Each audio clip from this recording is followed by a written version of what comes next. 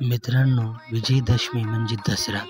हा सण नेमका का साजरा केला जातो, त्यामागची कथा, परंपरा, महत्त्व आज आपण जाणून घेणार आहोत. रामायणानुसार या दिवशी भगवान श्रीरामाने रावणाचा पराभव केला. सत्याचा असत्यावर आणि धर्माचा अधर्मावर झालेला विजय म्हणजेच विजयदशमी. म्हणूनच देशभरात रावण दहनाची प्रथा आहे. दुसरी कथा म्हणजे देवी माहित्म्यात सांगितले जाते की महिषासुराचा नावाच्या राक्षसाचा वध माता दुर्गेने या 9 दिवसाच्या कठीण युद्धानंतर केला होता. 10व्या दिवशी देवीला विजय मिळाला.